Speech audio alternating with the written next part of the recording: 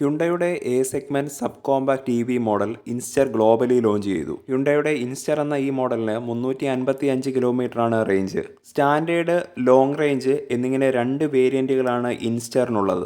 Standard വേരിയന്റിന് 42 kilo വാട്ടിന്റെ battery പാക്കും ലോങ് റേഞ്ചിന് 49 കിലോ വാട്ടിന്റെ ബാറ്ററി പാക്കുമാണുള്ളത്.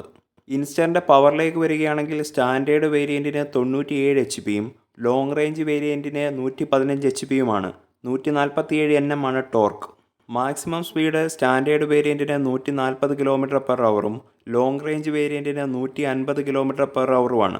0-100 വേഗത കൈവരിക്കാൻ സ്റ്റാൻഡേർഡ് വേരിയന്റിന് വേണ്ടത് 11.7 സെക്കൻഡും ലോങ് റേഞ്ച് വേരിയന്റിന് വേണ്ടത് 10.6 സെക്കൻഡുമാണ്.